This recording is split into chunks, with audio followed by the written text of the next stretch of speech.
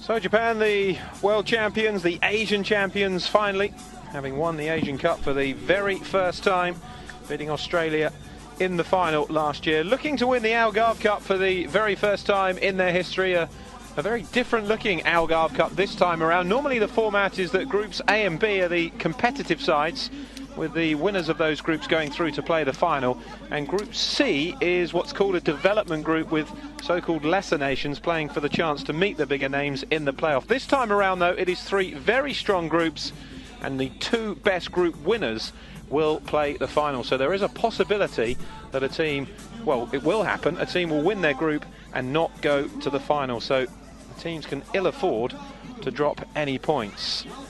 Last year Japan topped their group with just 5 points. Wins against Sweden and Denmark. Failed to beat the USA. Made it through to the final, where they lost to Germany by 3-0. But really, in this new format for the Algarve Cup, there is room for no slip-up. It is the first step, really, towards the warm-up for the World Cup finals. Japan have organised a couple of friendlies for themselves in May, where they will face both New Zealand and Italy, one of the stronger nations not to have qualified for the World Cup, the Italians. And they're up against a Danish team, another decent team, who failed to make it once again to the World Cup finals. All that despite a really good European Championships a couple of years ago, where they reached the semi-finals in Sweden. Norio Sasaki, the man in charge of Japan. The pressure is on this time around. In Germany 2011, when they came out on top of the world, nobody truly expected them to go all the way, particularly with their victories against Germany and then in the final against the United States. Didn't play any part in the Algarve Cup, the Japanese, until the 2011 competition, but now they are regular performers here. This is the 5th successive time that Japan will compete in this competition, with a mixed record so far, having twice reached the final and twice gone out in the group stages. Referee for this one, Claudia Umpierrez of Uruguay. Danish captain Janne Arndt Jensen Aya Miyama wears the armband for the Japanese. Squad which these days is a mixture of young and old. The success has been continued from the World Cup, remember reaching the final of the Olympic Games just a year after that success, and then finally laying the ghost to rest of the Asian Cup, a competition which bizarrely it took Japan an awful long time to win. Well, there'll be red-hot favourites for this game, that is for sure. The Japanese in a tough group. They host Portugal involved, but most notably the French as well. It's expected to be a two-way fight between Japan and France to stand a chance of qualifying for the final. A reminder that winning the group doesn't guarantee you a place in the final this time around. Plenty of big names here, though. It should be a competitive tournament with some wonderful action.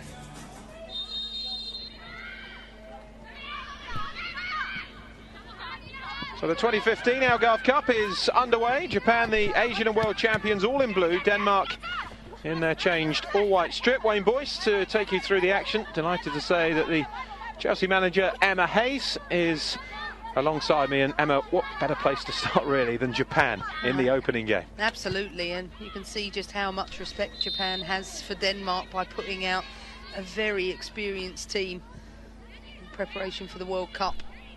I think that's what the challenge will be for Denmark today, how they will cope with this vast experience. We know that Japan has continually done well in the build-up to the World Cup, so it's a good test for Denmark. Washimitsu, touch back to Yamane in the Japanese goal.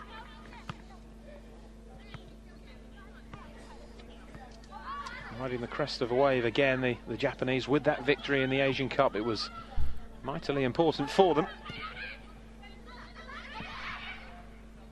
It was one of the anomalies really in the women's game, wasn't it, that Japan had never been Asian champions, but finally now they have been. It's a good ball in behind for Denmark early on though, and Yamane off her line to make the save. It's blocked on the line and a great chance for Denmark, and that is wonderful defending by Washimitsu, although the goal has been given.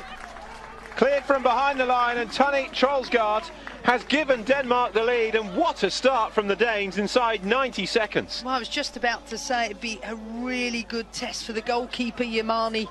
A simple ball in behind, she doesn't deal with it, and neither does the Japan defence. Clearly over the line. Great start for Denmark, and very early test of that space in behind the back four. Really has to do better there. It's poor goalkeeping from Yamane. Desperate stuff on the line. It's fabulous defending by Washimitsu. The first clearance, then almost the second, but just over the line. And Denmark up and running, and we have our first goal of the Algarve Cup inside 90 seconds. Tunny Troelsgaard with the finish for Denmark. Guy from Brøndby. Capped over 60 times for the Danish national team. It will have hurt them, Emma, missing out on the World Cup again, because I know after a really good performance in the Euros, hopes were high, but it was a tough group with Iceland and Switzerland. Indeed, but they've evolved as a team. I think they caught the attention of many fans during that period because they play a wonderful possession-based game. But I think this team now is a little more direct, tend to get through the thirds a lot quicker. It's something their coach Nielsen has worked on.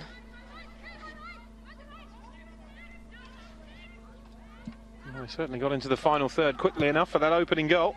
Launched forward by Kinga.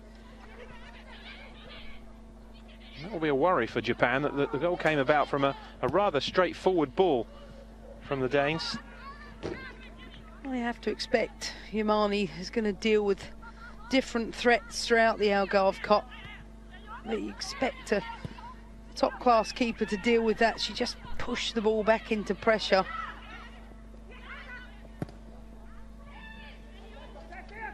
Towards Troelsgaard again.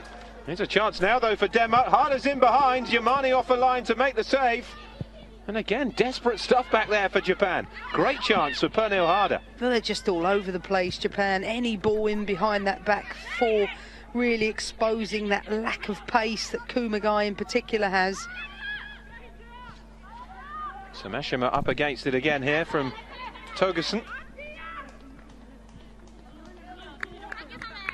Denmark couldn't have asked for anything better. They're on the front foot. You see once again, I think Harder decided to just lift the ball over Yamani rather than round the keeper. I think Yamani's a little fortunate there. The least experience of the three goalkeepers that Japan have brought to the Algarve Cup, Yamani. Swinging corner, well held though by Yamani. Kaihore with 46 caps and Fukumoto with 75. This is what the Algarve Cup is all about, gaining that invaluable experience. Kawasumi, too far ahead of Agimi though.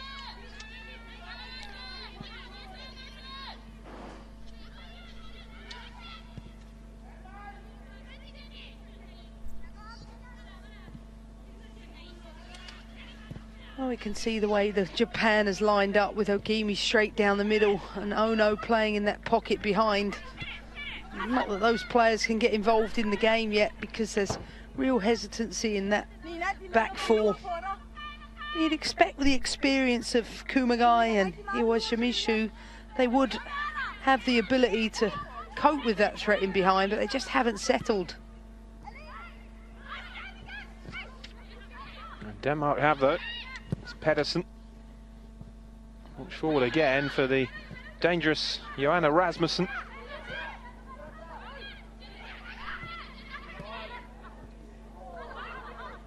Touch off again by the goal scorer Trollsgaards.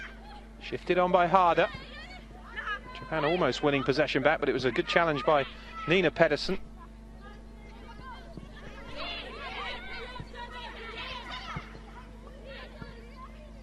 Certainly haven't started this game like world champions, the Japanese. Now a bit ring rusty though. It's their first games of 2015. They haven't played since a double bill against Canada in October, where they beat the World Cup host 3-0 and 3-2. Rasmussen.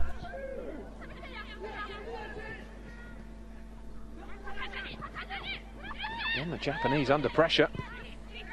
Miyama. Sameshima. Agimi was hoping it would run through, but Pedersen takes it away.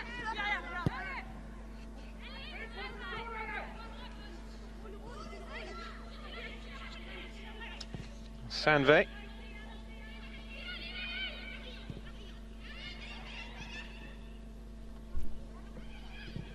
This is Togerson. Japan have it back though with Kumagai. Look at the positive attacking intent from Denmark.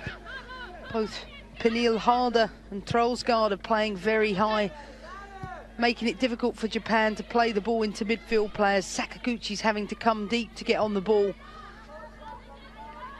This is a real difference in philosophy for Denmark. I think in order for them to kick on, they have to build on the work and the successes of the previous 12 months.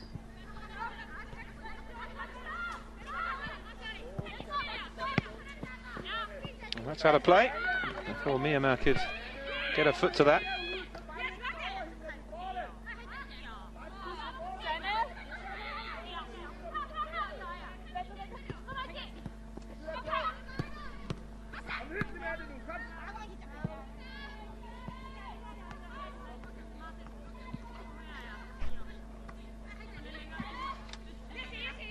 Sanve with the throw.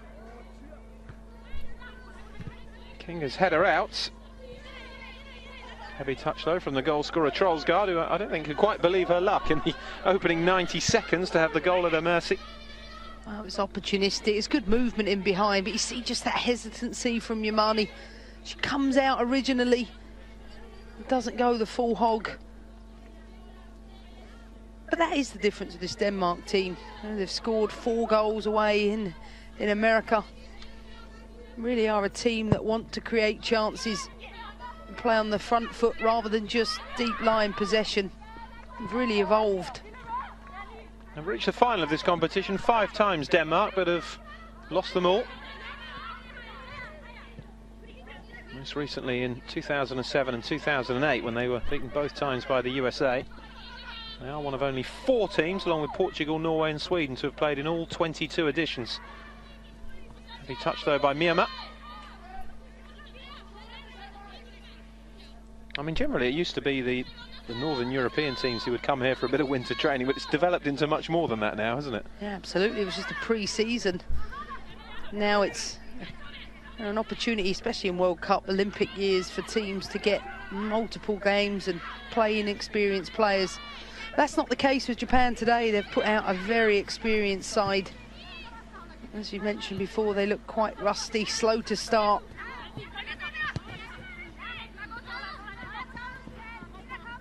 Yeah, it won't be a concern, the slow start for Norio Sasaki, as it would be if they started in this manner at the World Cup. It's all about getting tuned just in time for the start of that competition. It's getting players ready. A lot of these players domestically playing in Japan just in the beginning phases of their pre-season. So it will take them a little bit of time, different for the European-based players. And remember, drawn with Switzerland, Cameroon and Ecuador in the World Cup.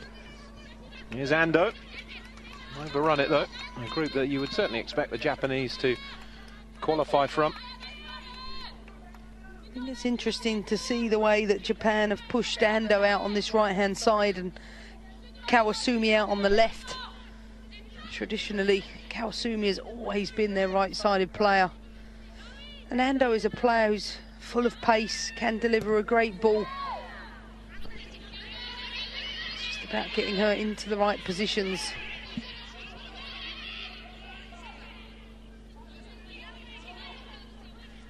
Sanvei's throw to Rasmussen.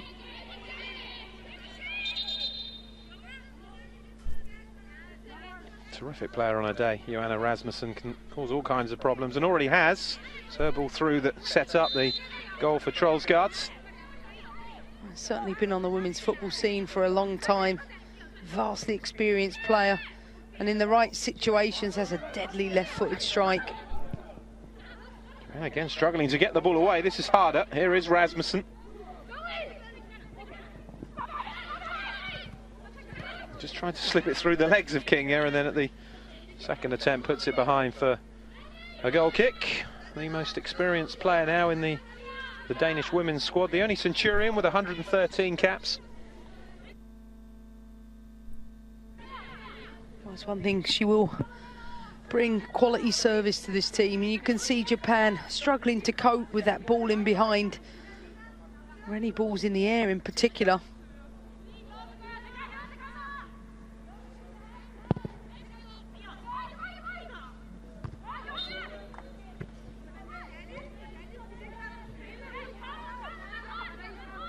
Amazing, isn't it? Up to 2003, Denmark had never failed to qualify for a World Cup, and they missed out on 03, 2011 and now 2015.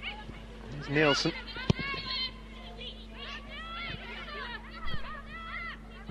Now Myanmar. This is Ando. Dangerous ball across, knocked away by Pedersen. And Sophia Pedersen completing the clearance after Nina Pedersen initially cutting the ball out.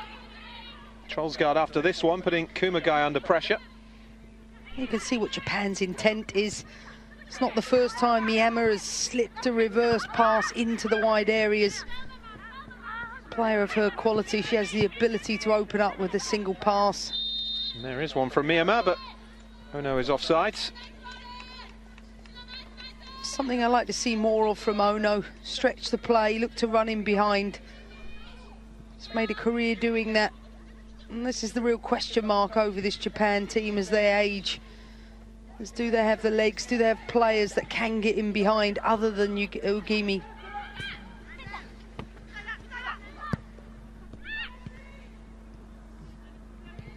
And there's Kumagai.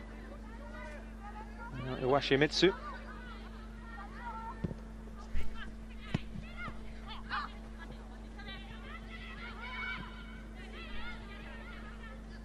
Kumagai again. Japan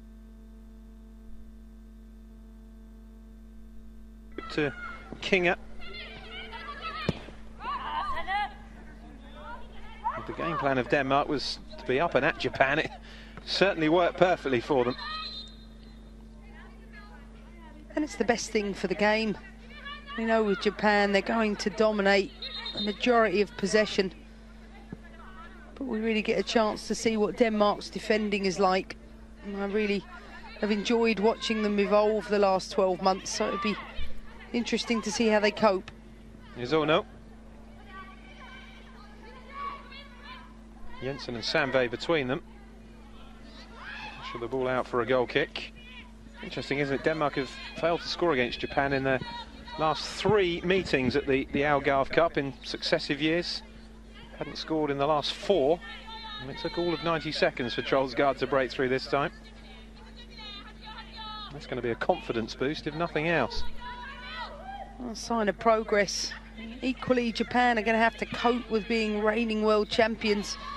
A lot of teams know what they're about, and they have to find ways to stay at the top of the podium.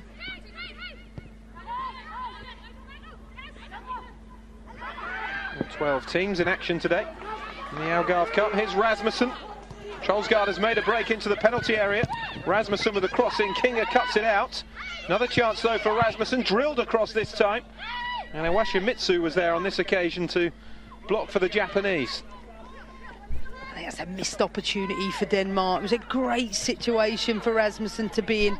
It's a wonderful ball. She just needed to roll the ball first time.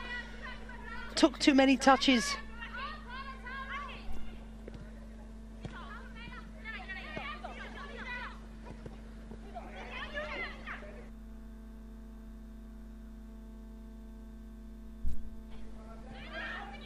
Now harder. Put in though by Sakaguchi. Kumagai just shielding it back to Yamane. You can see how high Japan want to defend up the pitch. Of course, there's a great risk in that because Denmark have runners from deep that are very pacey. Not just the likes of Rasmussen, but Harder, another player who will look to get behind.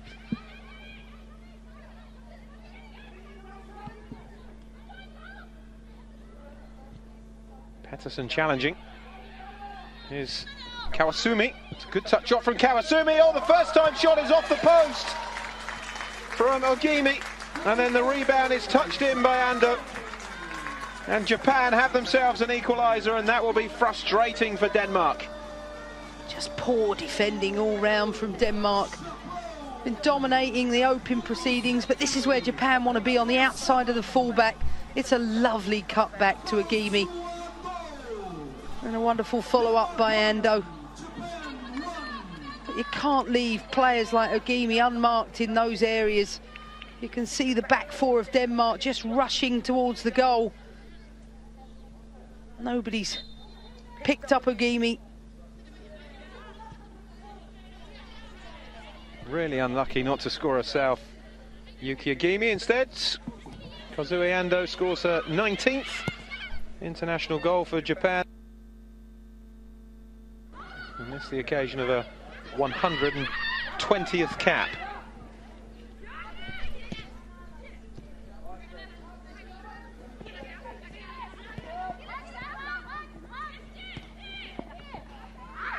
Put away by Jensen. There's Rasmussen. Well played again by Rasmussen. Promising attack this for Denmark. Or Troelsgaard just unable to turn it goalwards, but Rasmussen is causing all sorts of problems for Japan on this near side. Kinga is really struggling to get to grips with her. Well, it's just pace, flat out pace, push and run past the fullback. Time and time again, she's able to pick a cross out. And yes, Japan are defending the central areas quite well. But you've got to be worried, the amount of pace in this Denmark team. If you're going to play that high up the pitch, you've got to get tight to the first play and prevent them from turning. If not, I think you have to drop a little deeper. And it's Kumagai. Now Washimitsu. A really good open contest though to get the Algarve Cup underway.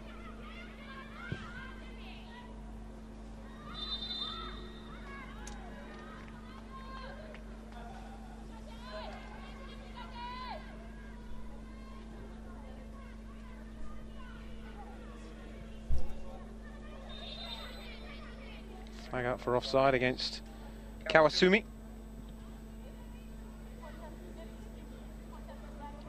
Be interesting to see how she does on that left-hand side. So dominant on the right-hand side for this Japan team.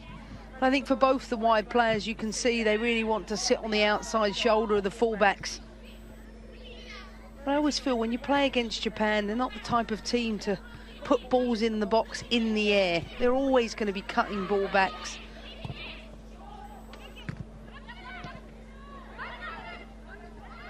There's Pedersen.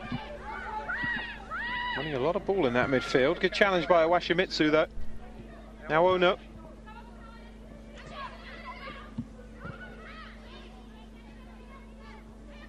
Sakaguchi.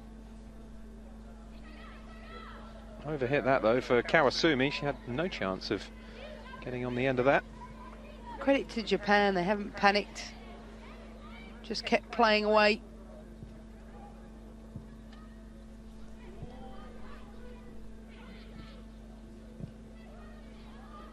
It's Kawasumi again.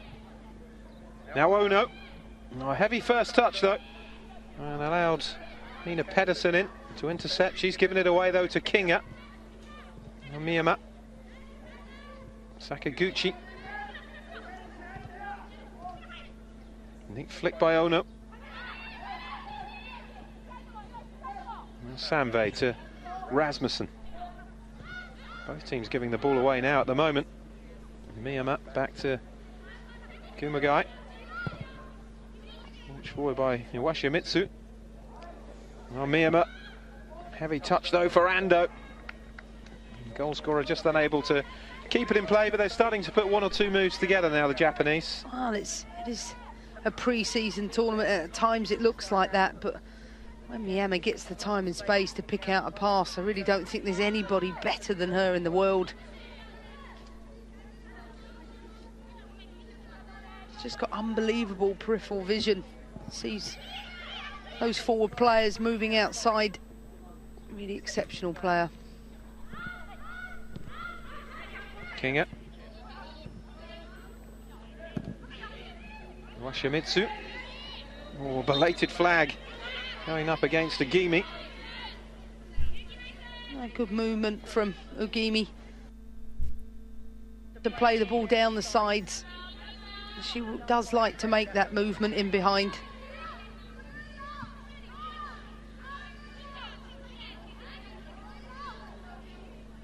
Ogimi, one of 5 European-based players in the squad that's been selected here for the Algarve Cup for Japan. Led by Trolls Guards. Pedersen caught in possession though. Not too much time and space in that rather frantic midfield area, but Ono did well, and this is Kumagai. Now Pedersen. Pedersen to Nina Pedersen. Now Jensen.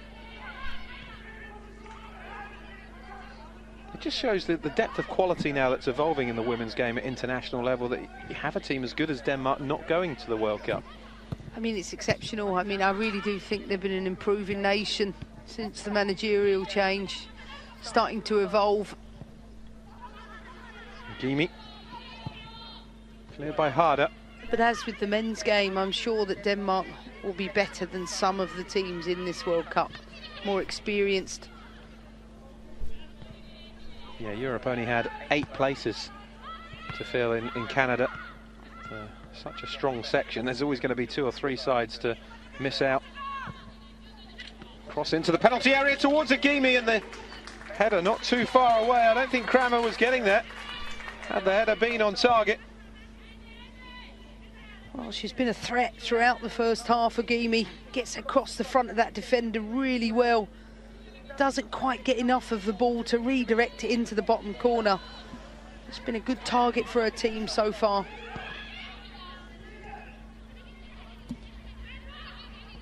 Jensen. Pedersen. Samve's touch off to Jensen again. Strong challenge from Sakaguchi. Rasmussen. It's a real battle at times for possession in the midfield. Agimi has it, but the referee not happy with the challenge of Sakaguchi. Free kick for Denmark. Very scrappy in that midfield area. Both teams congesting the play. I expect Japan to move the ball a little bit more across the pitch. Keep funneling balls into the central areas, and there's a lot of turnover.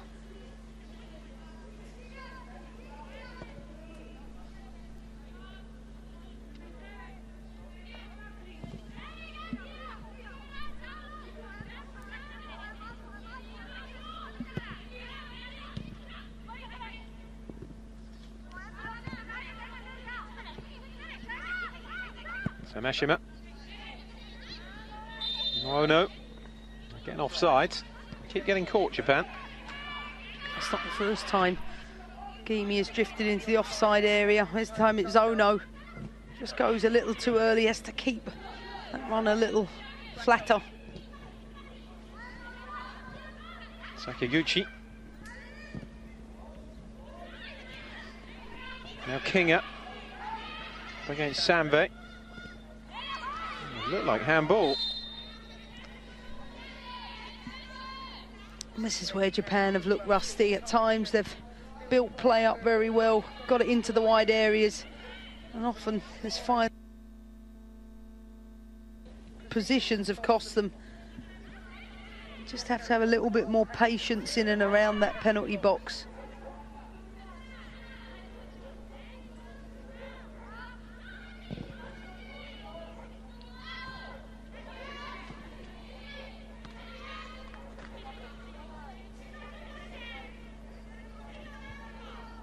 An excellent recovery from Japan. Other than the opening 10 minutes, Japan have looked very much in control.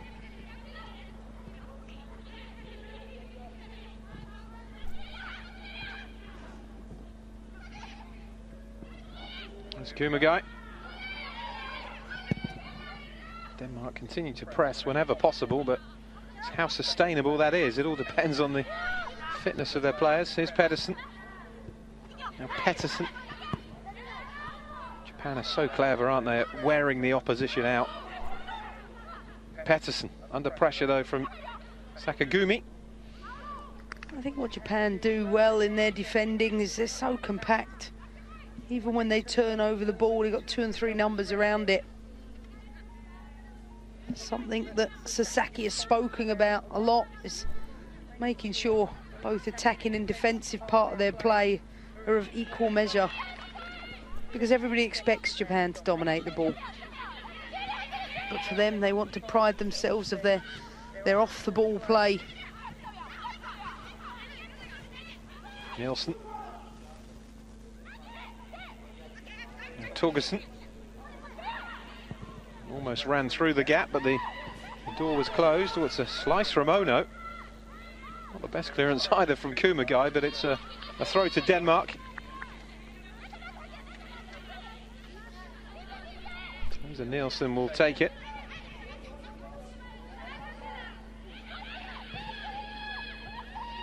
Sambe.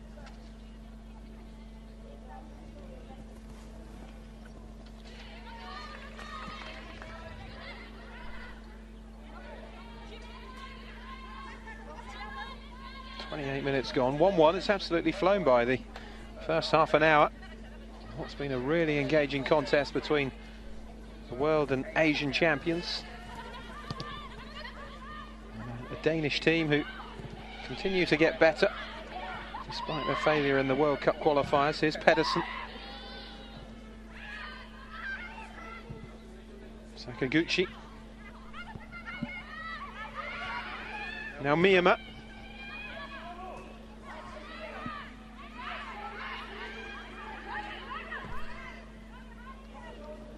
Rasmussen the intended target, but it's back with Yamani. Just think at times Denmark could have a little bit more quick to play the ball centrally into Trollsgaard. They need to work the back four of Japan a little harder. Washimitsu.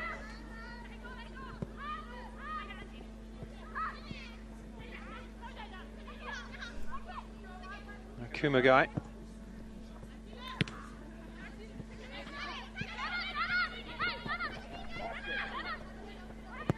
Trollsgaards. Oh, it's overhit though. It's a poor ball in the end for Harder.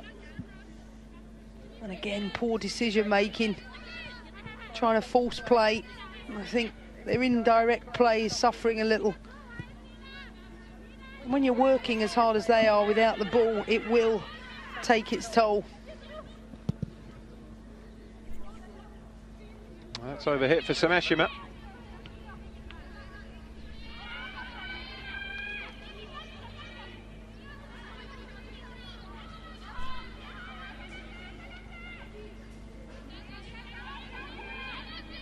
Goal kick for the Danes.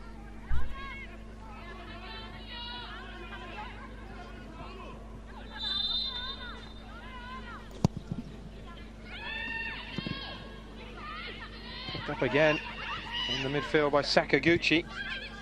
Now Ando over the top, trying to pick out the run of Ayamiyama, the captain. I think there are opportunities for deep lying runs, especially the amount of times Ugimi has been offside in this first half. Sanve played into a bit of trouble there because Ando was immediately on it the moment that she got the ball. Denmark win it back though. Here's Trollsgaards. With Kramer. And now Jensen.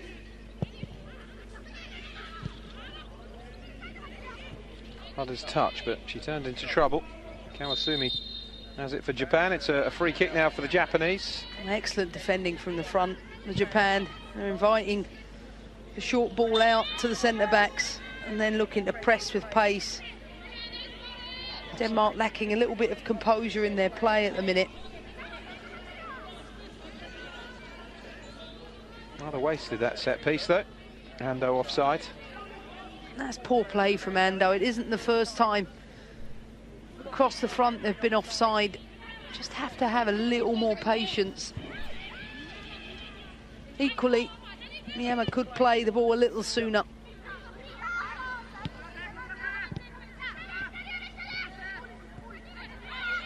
There's Miyama.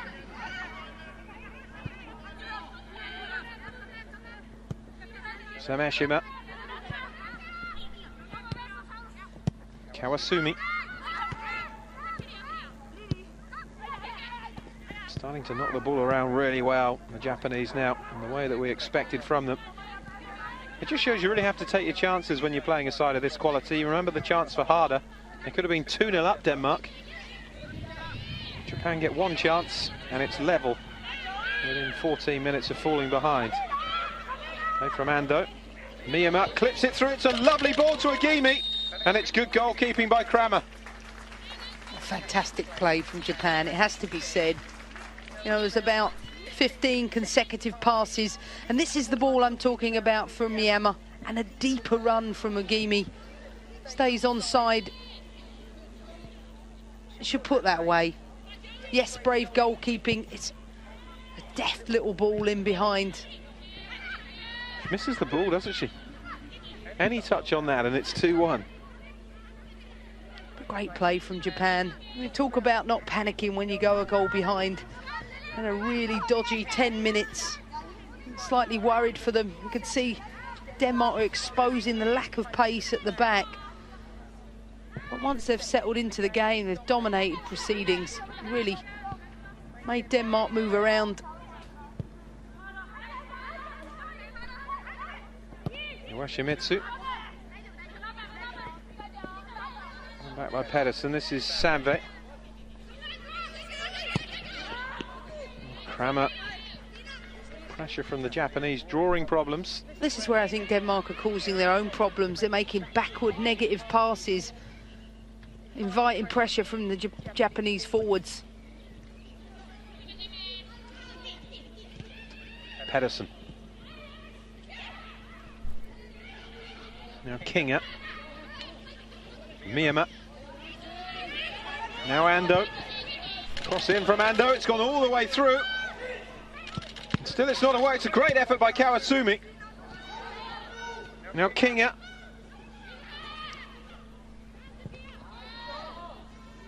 Beginning to find more and more space now, the Japanese. Kumagai. Cut out well by Torgersen.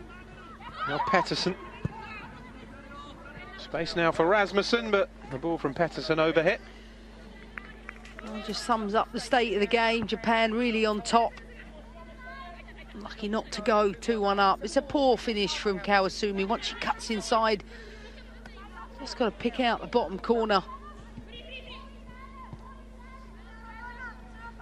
Yeah, went for power, and it was a nice height in the end for Cecil Kramer.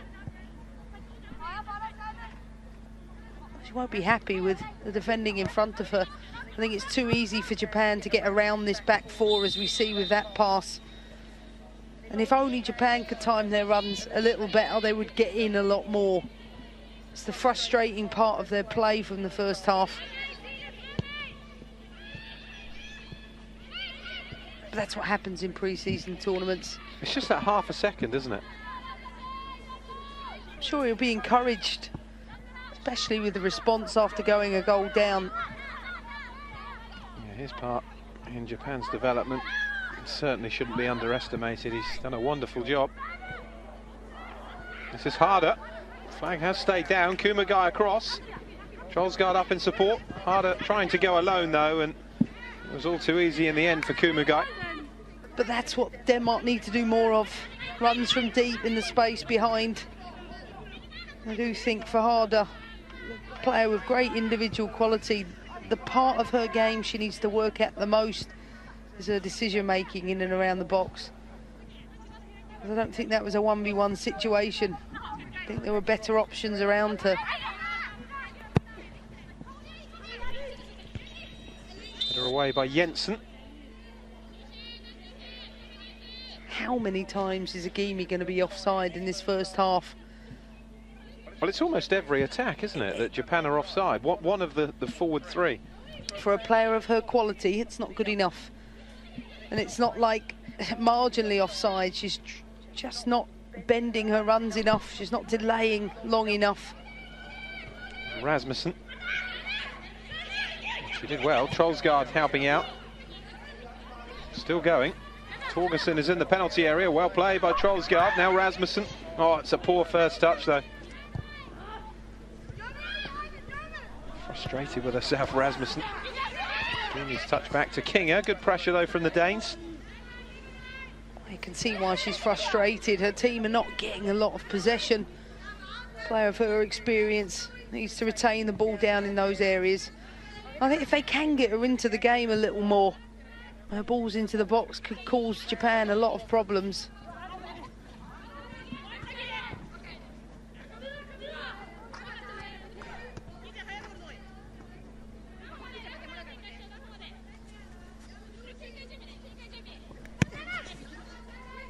From Kinga. Foul on Agimi this time.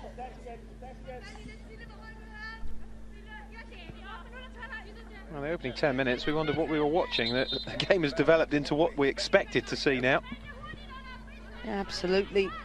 I think it's Denmark now that need to look at their game. I think if you turn over the ball this much against Japan, the odds of you losing are greater because they'll just wear you down. I expect their possession to be a little better. Rasmussen.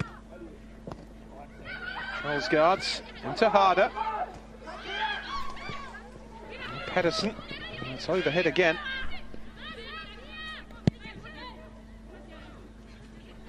No chances in there for Denmark. It's far from watertight, the Japanese defence.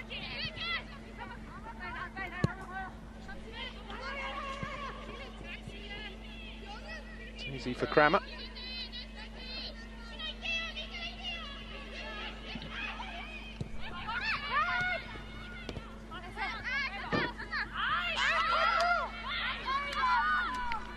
Nielsen feels that the last touch was a Japanese touch.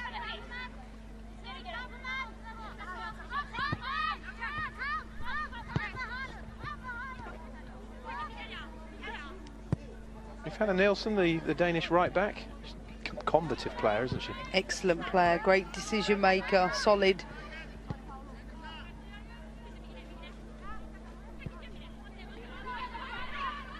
and underrated.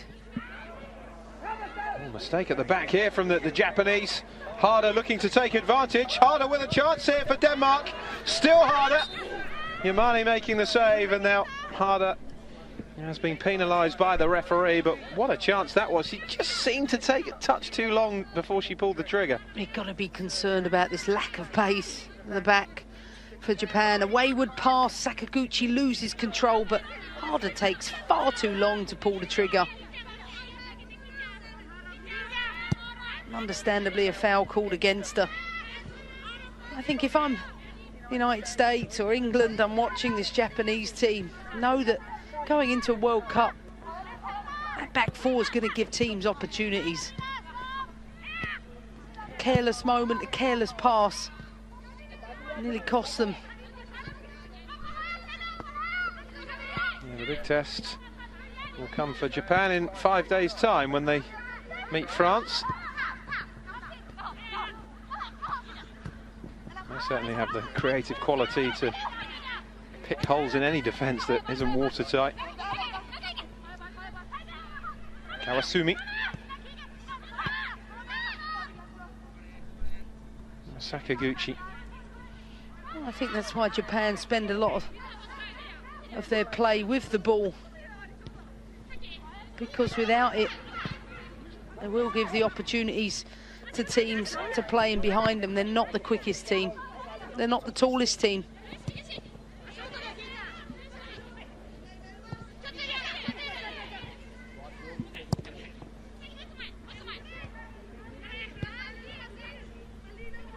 It's Kumagai. 4 minutes to the break, 1-1. A lightning start to the game with 2 goals in the opening quarter of an hour, more or less, but none since. Chances for both teams. Harder has had 2 effectively one-on-ones with Yamane that she hasn't taken. Agimi with a header just past Kramer's post. Here is Agimi. Troelsgaard, the Danish goal scorer, to Harder. Troelsgaard again. She did well to make something out of that, did Torgersen.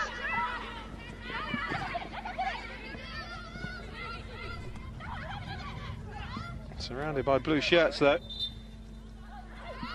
And a foul by Torgersen in the end. That's how to make not the best ball look reasonably decent. Well, it's the first time I've seen her involved in the first half. She's come across the pitch to get involved in the action.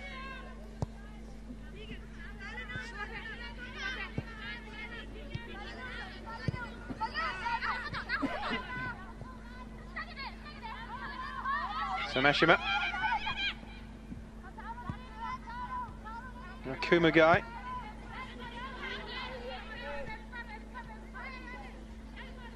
Washimitsu. Kumagai again.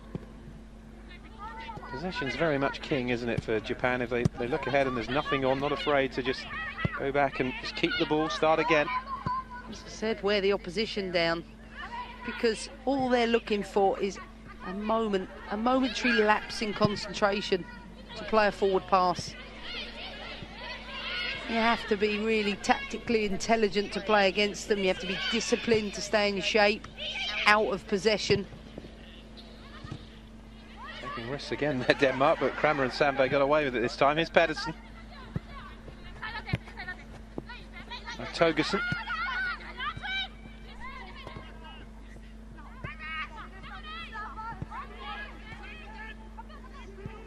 Miyama. Ando. Rasmussen. Sophia Pedersen to Rasmussen again. Sandberg outside. Oh, Harder with the poor touch, and Ando wins it back for Japan. Samashima. And Kumagai into Sakaguchi. Washimitsu. Kinga blocked by Sandberg.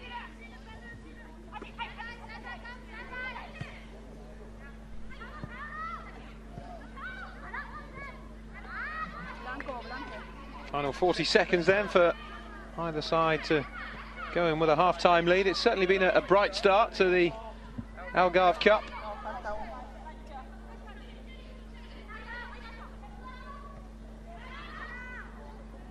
It's off the head of Pedersen. This is the first of 2 matches inside the Bela Vista Stadium. Portugal against France will be the second one, a chance to see the other 2 sides in this group. And interesting to see Portugal in action as well. Absolutely. Developing nation. Certainly seen an improvement in the last 12 months. Very impressed with their coach. There's Rasmussen, a minute to be added on. Rasmussen with a lovely ball in behind again for Harder. But you can see where the danger is. You know, Denmark haven't had a lot of the ball, but arguably they've had the best chances this first half. And you can see at times, biggest weakness to this Japan team is in the turnover, in transition. They're so expansive in their play. As soon as they lose the ball, they look very vulnerable centrally. Sakaguchi.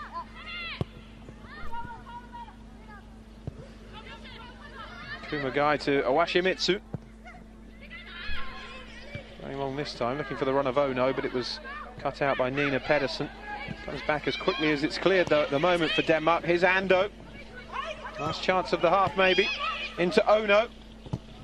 Ono turns away. It's fallen for Ando, and she couldn't get the power in the shot. And that is indeed the final attack of the first half. A really open contest that took just 90 seconds to get up and running, with Trollsgaard's opening goal just 2 minutes into the game. But then Japan finally started to get themselves together and look like the Asian and world champions that they are. Ando equalising after Yuki Agimi's effort came back off the post, and Kramer was left with absolutely no chance. Looking forward to the second half then. Could be a long 45 minutes for the Danes. Japan warming up nicely, but at half-time it is Japan 1, Denmark 1. A change then for the Japanese. Sano Nagasato is about to come on. Nagasato, the midfielder from Turbina Potsdam, on for her 8th cap.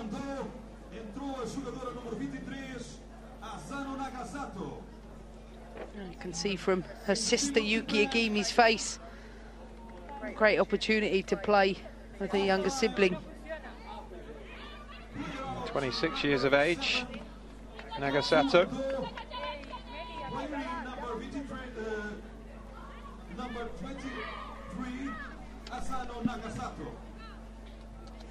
Well, they're all smiles, the Danish team. Decent first half for them. Can they go on in this second half?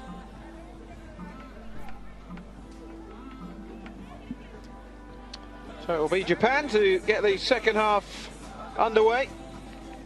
Sano Nagasato has come into the team, but it looks as though there's a problem with the netting that Irina Yamane has spotted for Japan, which is likely to cause a bit of delay before kick-off. One of the officials is out there with a chair to stand on to try and correct the problem.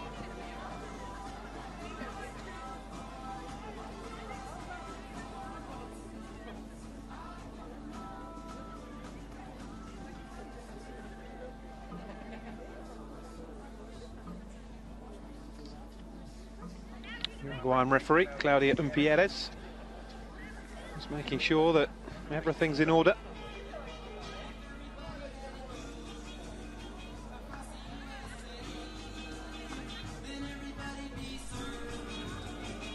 It's all very different now, isn't it, to the old metal hooks that used to screw in and pegs in the ground. Stop showing your age, Wayne. Just can't help it sometimes. Posts were made of wood in those days as well. Made of jumpers in mine. Japan start the second half. Miyama launching the ball immediately, looking for the run of Kawasumi. Be interesting to see the energy levels of Denmark in this second half. They put an awful lot in the opening 20 minutes, and you noticed that one or two of them were huffing and puffing by half-time. Yeah, absolutely. I think it will be difficult for them to sustain it. You know, that being said, with Ando going off the pitch, I think Nagasato going onto that right-hand side, different type of player. And Ando doesn't quite have the same pace, but very technical. Miyama. Kawasumi. Offside. Starting the second half the way they pretty much were in the first by getting caught offside. Just make it so easy for Denmark. Again, timing just off, though. I think she's a little unlucky there.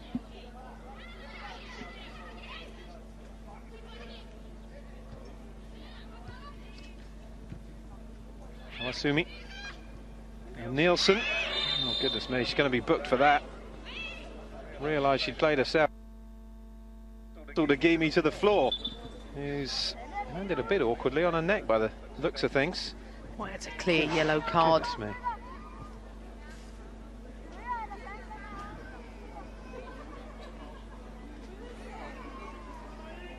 Just hope Agimi's okay. I think there's an element of whiplash to that, you know, the way she was pulled down with the shirt and how heavily she landed. Certainly uncomfortable for her. But Denmark, once again, turning the ball over in their defensive third.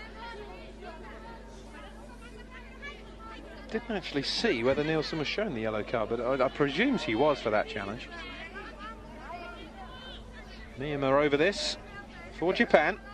It's a bit of a hit and miss game so far for Aya Miyama. It's a good ball in, dangerous ball in as well, and it was the substitute Nagasato who got her head to it.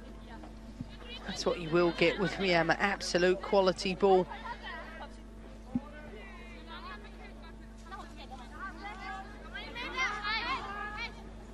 Miyama with the corner. Ono is in there.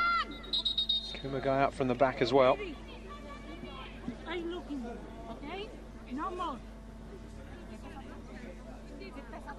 Claudia Pierres just laying down the law.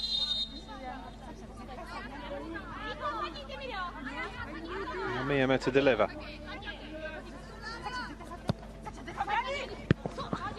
Floated in. Dealt with well by Denmark. Rasmussen clears. Up towards Togerson. It's Miyama again though. Kumagai. Kumagai once more to Miyama. Well defended though by Nielsen. Sakaguchi. Nagasato. Touch back by Kumagai to Iwashimitsu. Kinga.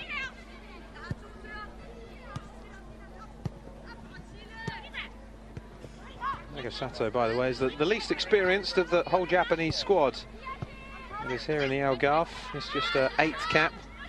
It's the only player in the squad with single figures for caps. Here's Rasmussen.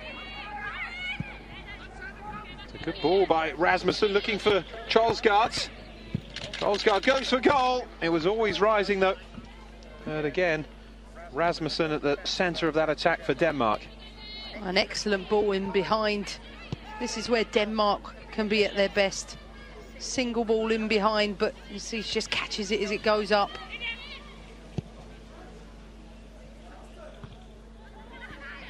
By Kawasumi.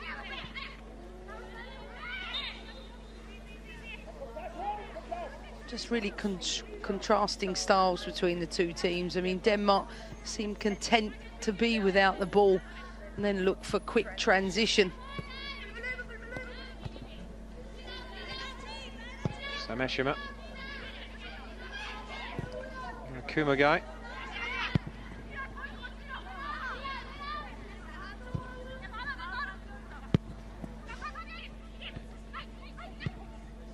That's a lovely touch through towards Ono.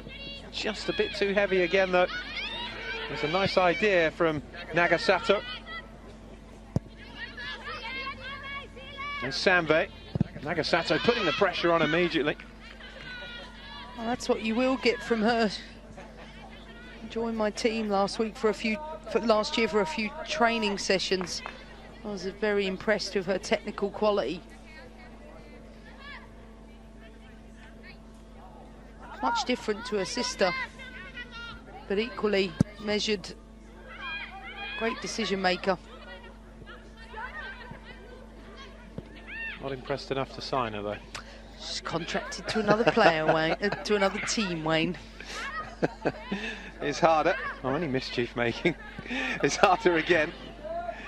Knocked away by Kumagai. Togerson and cleared by Washimitsu.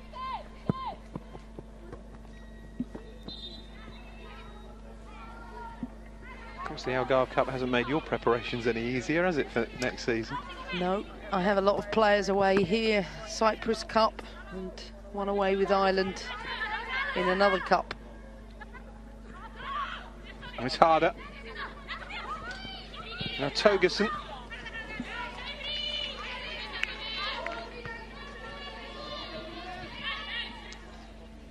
Like to see Denmark build up a little more on this right-hand side. They're so dominant down the left-hand side in the first half.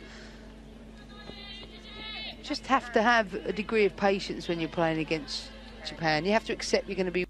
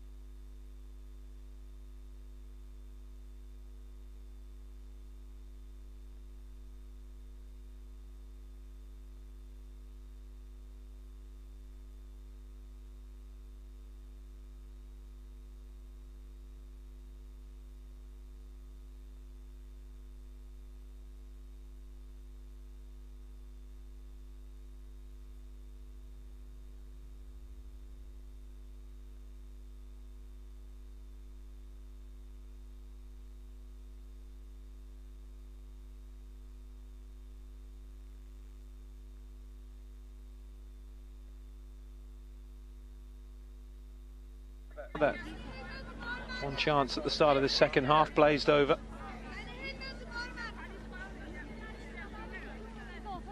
Interesting to see what the coaches' decisions are in this second half. You imagine that Norio Sasaki may be tempted into making a few changes, but for Denmark, there's an opportunity here to get what would be a morale-boosting victory against Japan. I wonder how much Niels Nielsen will be tempted to mess around with the 11 that are out there. I think the fact there's so many games, that depends on the size of the squad. I'd like to think against Japan, he will play a strong team throughout. Fingers ball in, the header away by Jensen.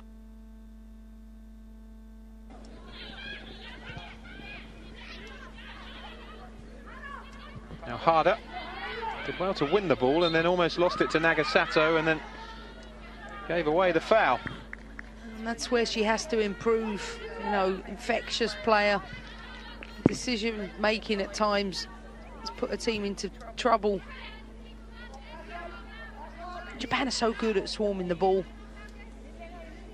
If you don't receive the ball with a good first touch and release it quite quickly, they tend to smother you.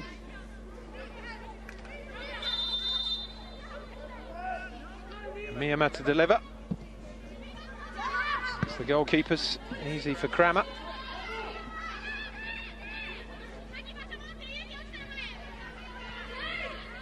That's a poor ball from Miyama, expect more from her. But Denmark, to their credit, having the courage to play out from the back still.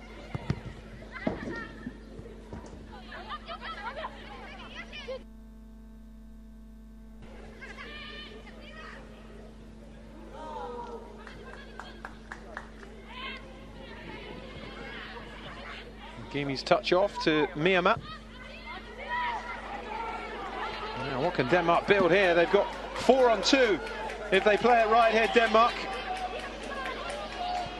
They're backing off and backing off. Here's Rasmussen. It's a terrible ball in from a player of her quality. There was options available, and what a disappointing ending to that attack for Denmark. Well, I mean, what a poor decision from Rasmussen, giving it to a most experienced player. Why didn't she shoot across the box and force Yamani into a save? I mean, that's what we're talking about. Denmark not having a lot of possession, but quick transition, quick turnover in the middle third. And all of a sudden they found themselves 4v2. As you say, if she'd gone for goal or just whipped it across the penalty area, there was 2 white shirts waiting for any rebound or loose ball. I think the problem with that is Sandvik behaved like a defender coming through that middle third. You know, if a midfielder had possession, may have made a quicker decision. It's Kumagai. Washimitsu. More warnings though for the Japanese. Jensen. Ball in behind towards Agimi. Well covered though by Pedersen, who needs to be careful. Agimi putting her under pressure, and Agimi has won it. Oh, she's gone over the goalkeeper. Denmark almost playing themselves into trouble there, and the referee had a decision to make here. I think the ref's got one decision to make. It's either a penalty or a yellow card for a dive. And for me, it's a yellow card for a dive. I don't think there's any contact. There's the slightest on the foot there, but not enough for the dramatic dive that followed. It's poor refereeing. Well, she's taken the easy option and not made a decision at all.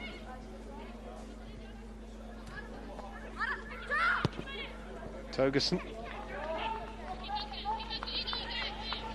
Trollsgaard chips the ball in. Rasmussen! And Denmark are back in front. What a lovely ball that was from Trollsgaard. And Rasmussen was just the player you wanted on the end of it. Great finish. And it's Japan 1, Denmark 2. That's not difficult, is it? There's a little bit of pace in this Danish team. Kumagai loses control. It's a great back post run from Rasmussen. A wonderful ball across the box. And that's what we've come to expect from a player who's got more than 100 caps for her country. It just shows you don't need to dominate the football to win games. Denmark have been second best throughout this game and now find themselves leading. 31st international goal for Johanna Rasmussen. Japan behind for the second time in this game.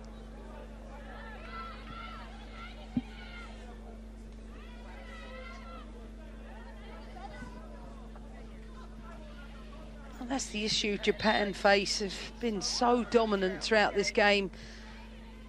And at times they've toyed with Denmark, but timing of their runs into the final third and the decision making once they're there has been poor. Kramer hasn't had to do a lot, whereas Denmark, on the other hand, 2 or 3 quick counter-attacks, they find themselves leading. Well, that was a lovely goal, wasn't it? On the last counter, they couldn't find the final ball. Rasmussen was guilty of it. It was terrific play by Trollsgaard. And a neat finish from Rasmussen. He's over this free kick now for the Danes. Header on again by the captain Jensen. And again, some interesting defending from a set piece. Japan very narrow, looking to defend the first ball. It's Kumagai. Well, any defeat for either side is going to render it very difficult to reach the final of this competition.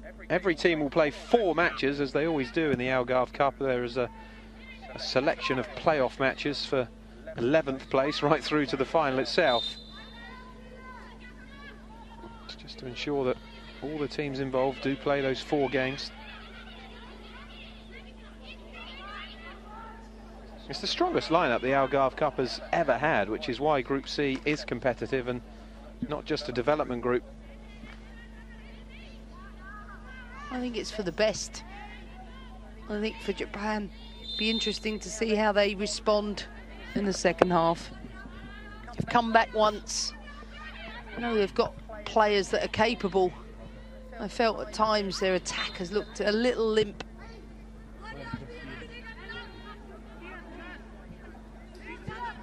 Well, after 3 successive defeats to the Japanese at the Algarve Cup, Denmark on course for their first win against them in this competition. Myanmar over this for Japan. An hour gone, and the world and Asian champions are behind.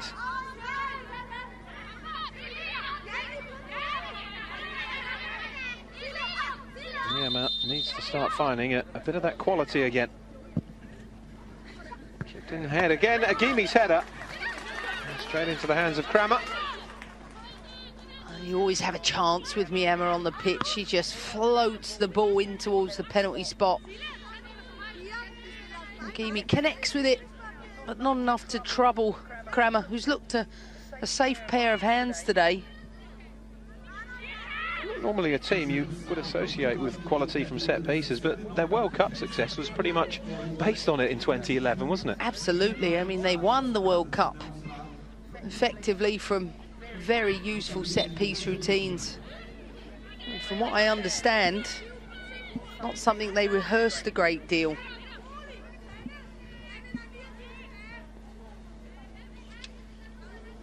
Denmark are about to make a change.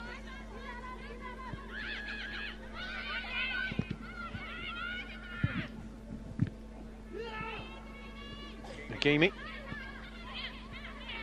Here's Myanmar. Now Kinga.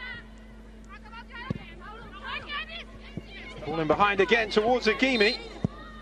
Kramer quickly off her line and was caught by the Japanese forward. It's a free kick for Denmark. Well, not the first time, but Kramer's been decisive and certainly braver than Agimi on these occasions. I think she was fouled as much by Pedersen, their own player, as she was Agimi.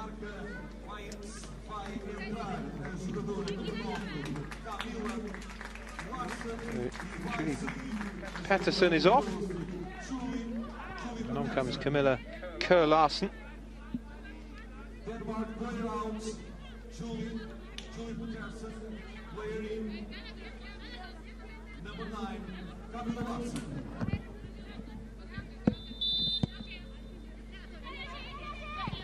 Samve.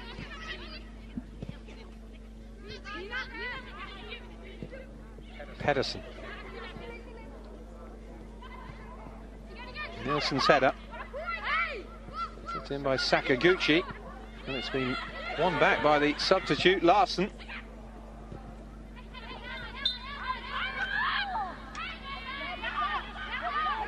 The game's getting a little scrappy.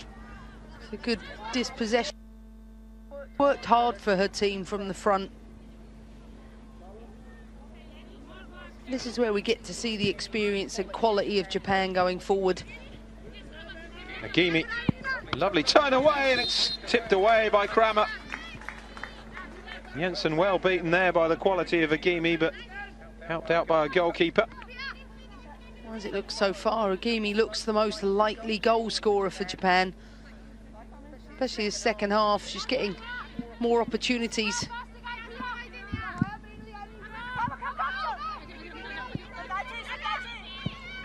Taken short.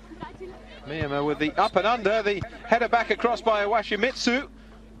And then the header eventually over the top for a goal kick for Denmark.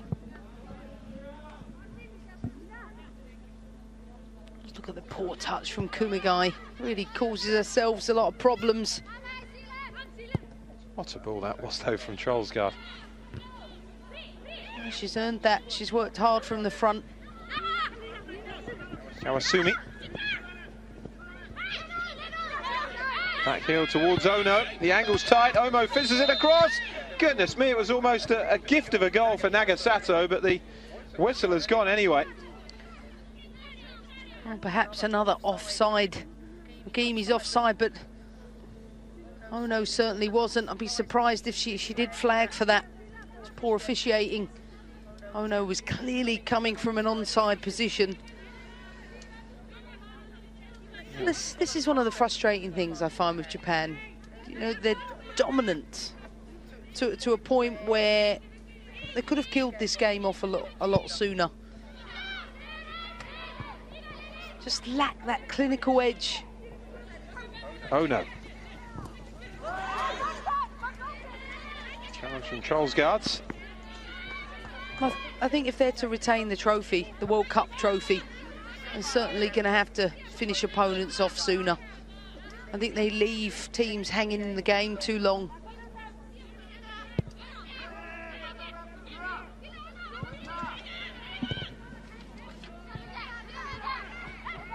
That's Rasmussen. Kinga. Pedersen again. They've certainly got a favourable group, Japan, in terms of qualifying for the knockout stages of the World Cup. I think overall they're going to be pleased. As you mentioned before, Asian Cup champions. This group are an average age of about 26. They've been together for a while. Know how they play. Their style of play is very distinct. And they've got the quality to go all the way. I think teams know how to play against them better. I think they're very vulnerable on the counter-attack just because they lack the pace. I think when you're playing against players that can get in behind you early, it's a real threat. Yuika Sugasawa is coming on for Japan. Shinobu Ono will make way.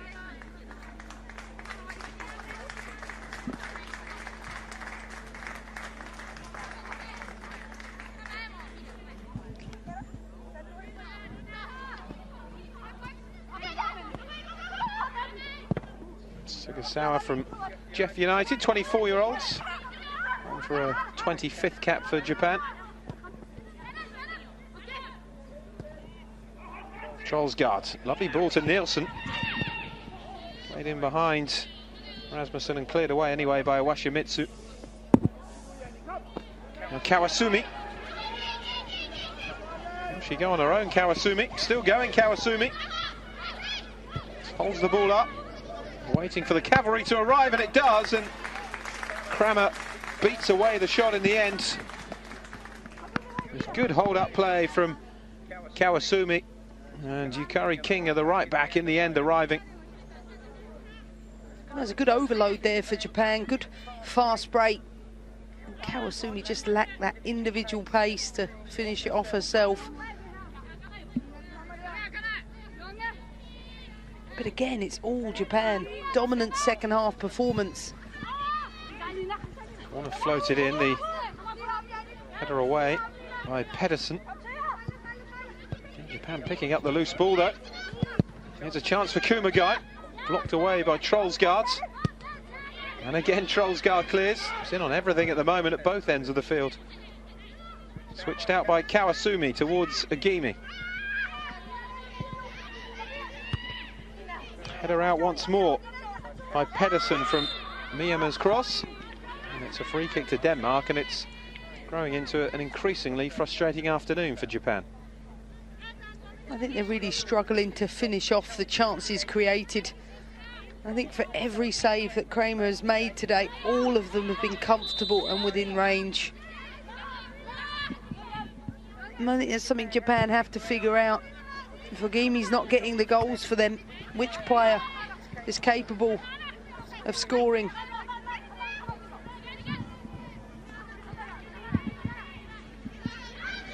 Pedersen. Now Nielsen.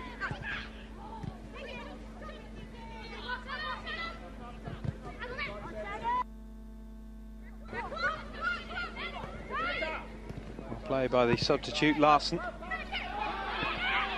Chase on here for Harder. Oh, it's handball. Right in front of the assistant. She wasn't going to get away with that. I think it's been a frustrating afternoon for Penilhada.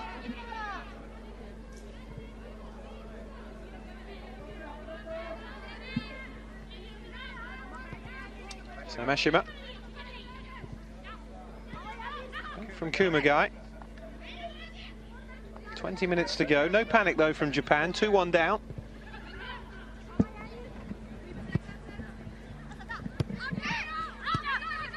Kinga.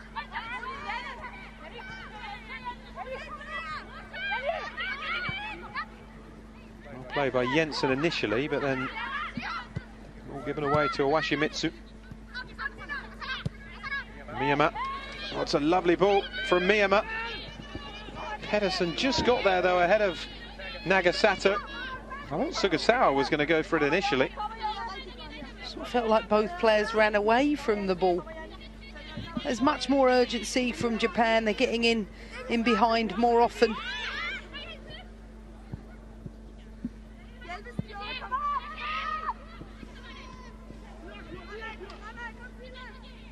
It's Kumagai. Denmark lead, but it could be a long last 18.5 minutes or so for them. It's Kumagai.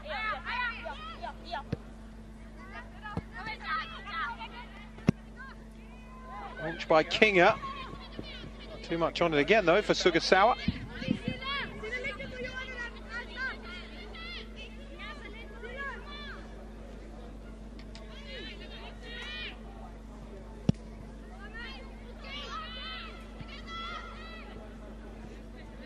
Samashima's header. Kawasumi to Ogimi. And now Sugasawa in behind. Again, she seems slow to get onto that. I thought she had the advantage over Kramer. Just time and time again, they're getting in behind and not finishing off the opportunities created. And Japan are unlucky to be 2-1 down. They're the dominant team. That's a lovely touch in again. Now Sugasawa has it. The flag has gone up for offside. But this is what I think they have to realise as a team. Just because they dominate proceedings, they have to finish a team off.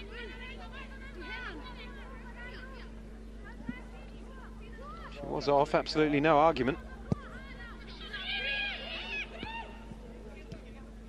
Sakaguchi. Nielsen.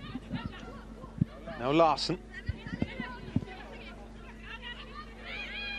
Nielsen again. Togerson. Samashima.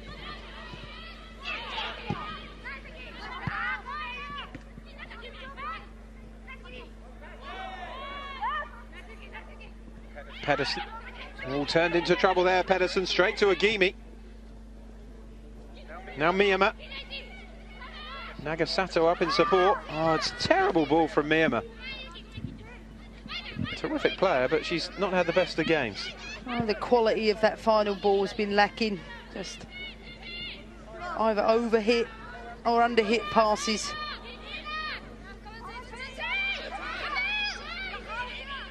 You can see Japan just a little more rushed. As a result of that, the quality of the final pass has let them down in the second half.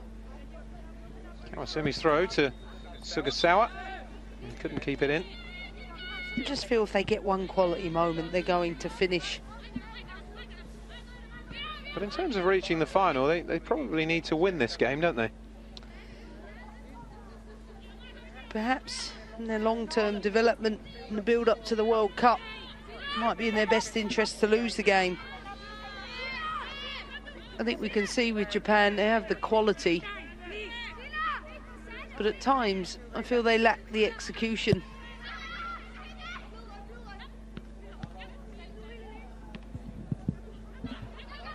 So in what way is it better for them to lose? Just for... Shake them up a little. Just a reminder, you can see box to box, they're one of the best teams in the world, but they concede too easily, look too vulnerable, and going forward for the amount of dominance and chances created, still only have one goal on the score sheet. And Sakaguchi. Now Kumagai. Time running out though, 15 minutes for Japan to get themselves into it. It's been one of those games, hasn't it? When the ball has been good, the forward has been offside, and then when the forward is onside, the ball hasn't been good enough.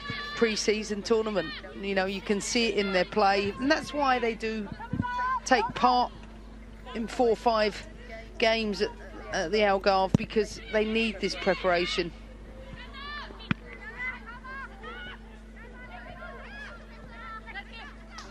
It's the best part of 4 months since Japan have played. Here's Miyama.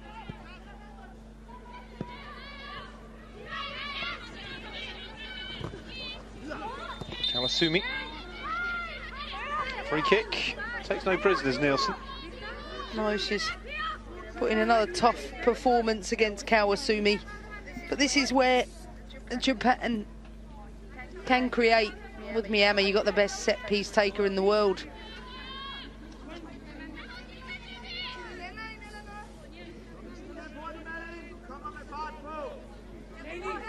Hasn't shown it though this afternoon. Aya Miyama.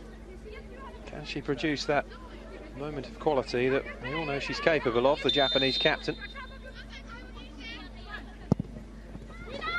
Puts it in again. It's a good header away by Pedersen. Headed back into the danger zone by Nagasato, but Denmark defending well and determinedly, and Samve clears. Sakaguchi. Kinga.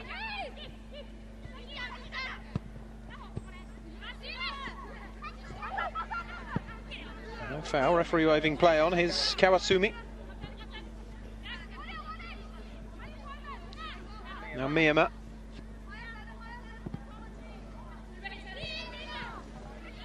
Kawasumi.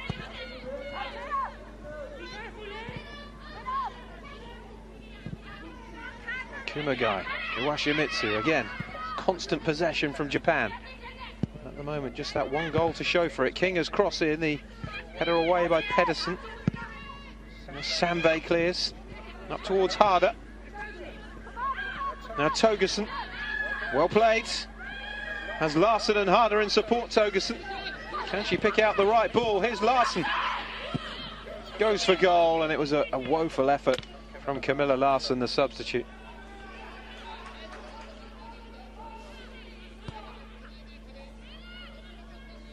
That's what we've seen from Denmark all afternoon. A threat on the counter-attack.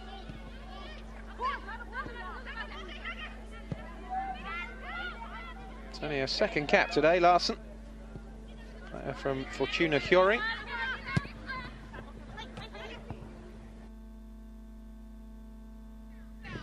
Two to aim for, one of which is Agimi, who slipped. And then Sugasawa just couldn't take the ball in a stride. The first time effort from Sakaguchi. Slices well wide. Good play on that right-hand side. It's a good ball in from Miyama. I think Sakaguchi could have controlled the ball. Off balance. He did have the option of Kawasumi to her left.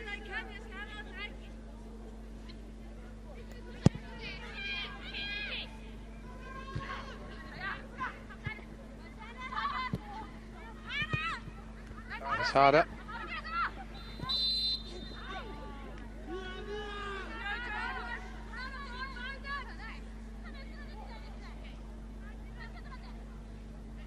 It's certainly been competitive in the midfield areas today.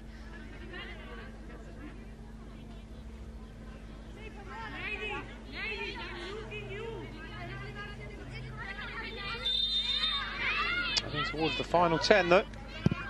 Miyama again with the umpteenth free kick today. Oh, that was a better ball in. Helped on by Iwashimitsu, but it was a Danish head that got there first. Oh, it's given away by Nielsen to Kawasumi. One back by Harder. And now Rasmussen. A good experienced play from Rasmussen on the left-hand side. Another change for the Danes. Also, Charlesgaard is coming on for Johanna Rasmussen, who at the moment looks like she may have scored the winning goal in this game.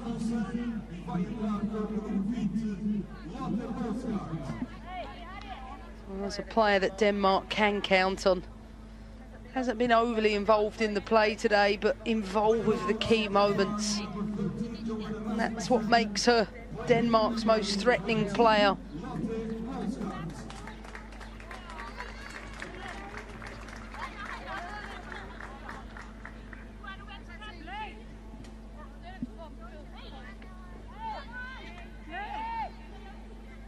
Second change then for Denmark.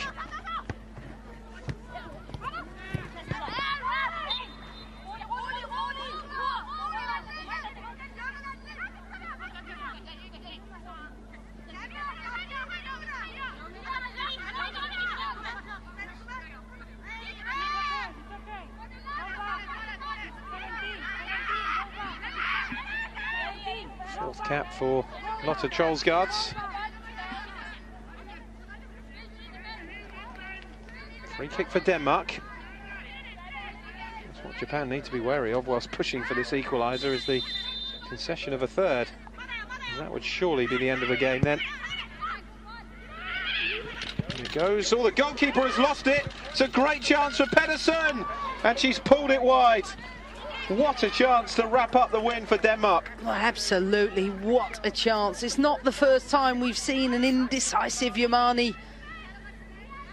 Denmark should put the game away. What a chance for Sofia Pedersen. That's the challenge for Japan. They have a young, inexperienced goalkeeper taking them into the World Cup. And I think she lacks that experience at times. You can see that with her indecision coming off of her line. Strong from crosses, good in aerial reaches. But she really has to work at that early ball in that space behind her two centre-backs. Do you think they go with Yamani, or will they revert to Fukumoto? I think they go with Yamani. Here's Ogimi. Here's Miyama. Helped on really well towards Sameshima. Oh, it was well blocked by Togerson. They're appealing for handball, but really, even if it did catch the arm, there was nothing that Togerson could do about that. It does, doesn't it? But it's deflected up off her leg. I mean, extremely harsh if you start giving those. Yeah, it would be. You could see with the referee's reaction, she felt the same.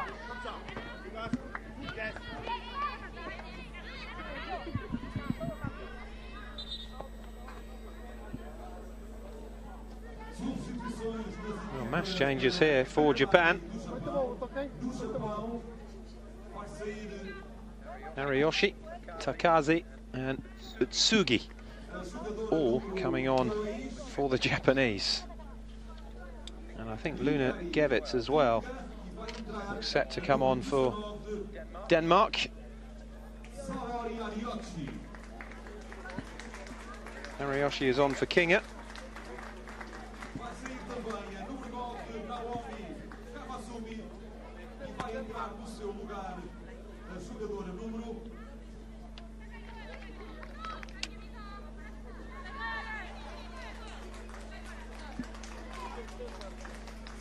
Now Tsugi is on for Japan.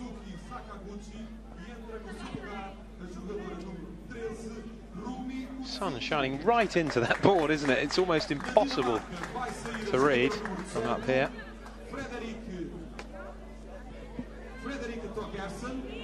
It's the Danish change. Togerson is being replaced by Gevitz.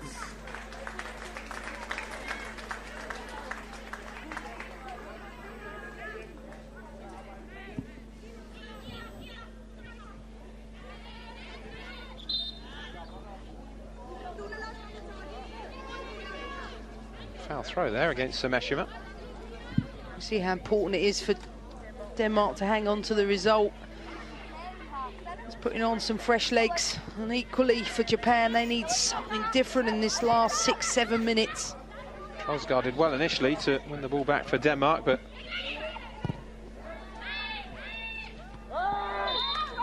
flicked on by Ogimi. Illegally so, though. It's a free kick for Denmark. He just took a bit of a ride there on Nielsen.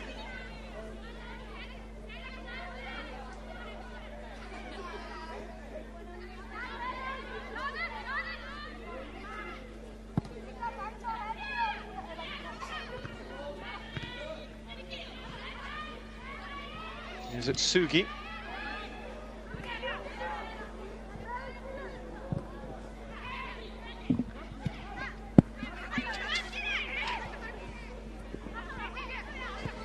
Nagasato.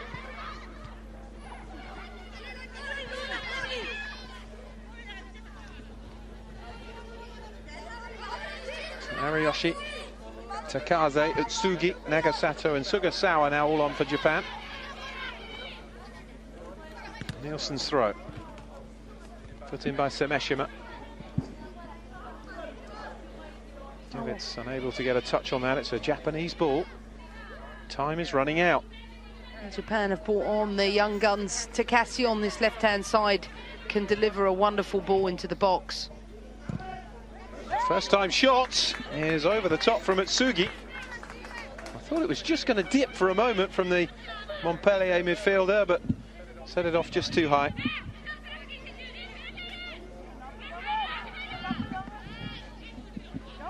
I think at times he may be looking towards these younger players as they progress through the Algarve tournament to see how they manage pressure against tough opponents.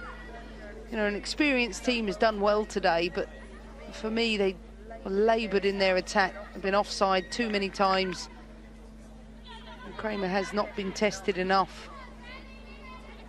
Finished some 10 points behind Switzerland in their World Cup qualifying group, the Danes. They actually finished third in a group, a point behind Iceland, another vastly improving nation. So it just shows how good Switzerland are these days. Of course, the emergence of the Dutch as well. They've qualified for their first World Cup. It's in a healthy state, European women's football. And improving all the time. Still nobody can beat Germany, though, when it comes to the European Championships. Remarkable, isn't it? Never say never. Let's play through here for Japan. Sugasawa looking to get on the end of it, and Nielsen clears. 2013 was the year that Germany were going to be unseated, and it didn't happen, did it? Well, I think the French might have something to say this year, or at least all eyes will be on this French team. Well, it was Denmark that ended their hopes in the Euros, and they're not at the World Cup, so who knows? Miyama's corner. Oh, the flick on! Oh, it's off the line brilliantly. Hagimi must have thought she'd scored, and then it's driven over the top on the follow-up by Takaze. What a chance for Japan, and was it perhaps their last chance to get something from the game? Well, it's a great header, but that's why you have players on the line. Sanvei's done brilliantly. She's done her job at the back post, because you could see Hagimi thought it was going in. Something about that goal line today, isn't there?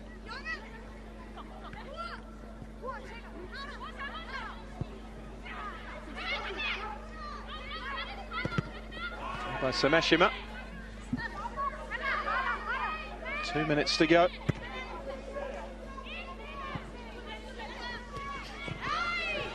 Well played by Nielsen. There's no way she was giving that one up. Real battler, the Danish right back from Brøndby. Miyama. Header on by Sugasawa. Hagimi gets a touch onto it. Ariyoshi is there with the cross. Stabbed away though by Pedersen. Only as far as Miyama. Now Nagasato. Cleared away by Pedersen.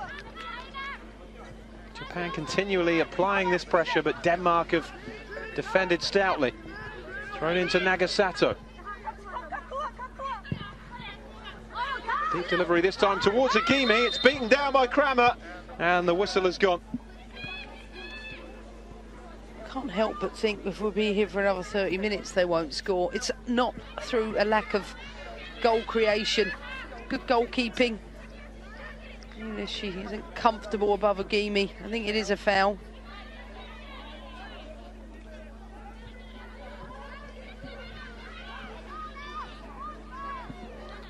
.52 goals and 112 appearances. Here's Yuki Hagimi.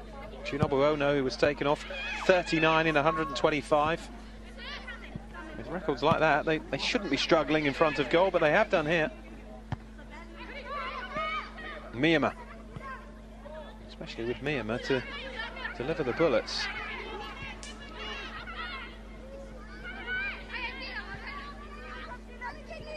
Hagimi. By Hagimi, but it's behind Takaze. 3 minutes to be added on at the end. They're almost there, Denmark, for what would be a really notable victory.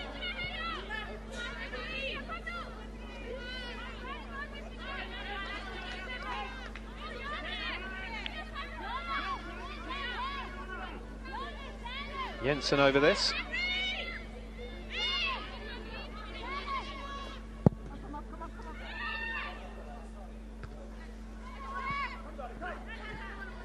Niema's header towards Semeshima.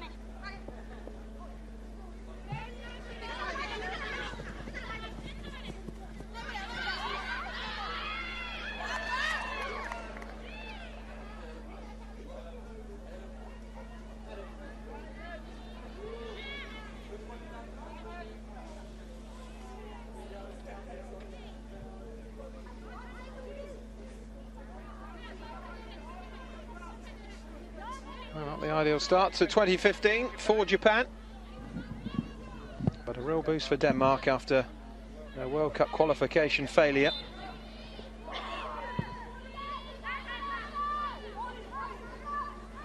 Matches to come in this group against France and Portugal for both these teams.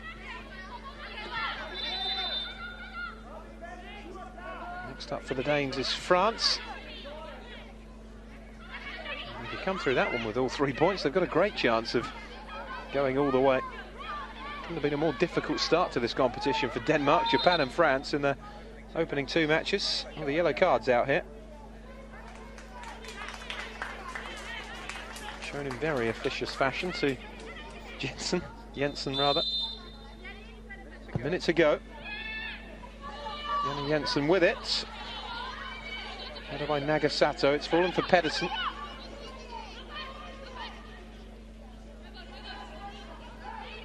Just doing what they need to do to run the clock down. Well, they may not have qualified for the World Cup. They've certainly shown here they can hold a candle to the best teams on their day. Well played by Trollsgaard, he's been terrific. He's played a part in both goals, scoring the first, creating the second. Here's Harder. Had a couple of chances in the first half which he didn't take. She's just happy to run it into the corner. It may be a warm-up stroke friendly tournament, whatever you want to call it, but this win will be massive for Denmark. Yeah, absolutely. They've been without the ball a lot of the game.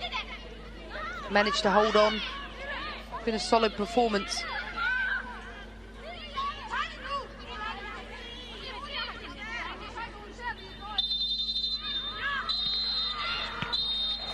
And that is the final whistle.